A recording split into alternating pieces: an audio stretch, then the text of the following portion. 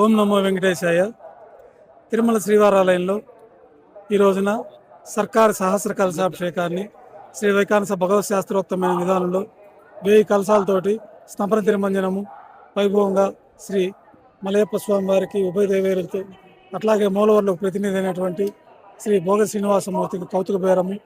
ఈ కౌతుక బేరాన్ని పల్లవ మహారాణి ఈ మాసంలో సమర్పించిన సందర్భంగా ఈ యొక్క విశేష సహస్ర కలశాభిషేకాన్ని ప్రతి ఏటా జ్యేష్ఠ మాసంలో నిర్వహించడం జరుగుతుంది.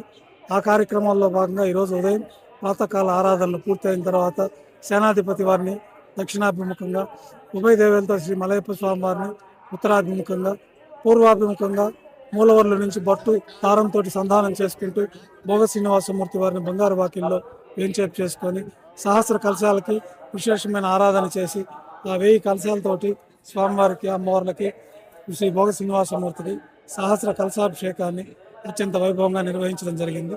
తర్వాత నైవేద్యము, అక్షతారోపణ కార్యక్రమంతో ఈ కార్యక్రమం పూర్తయింది. ఓం నమో వెంకటేశాయ.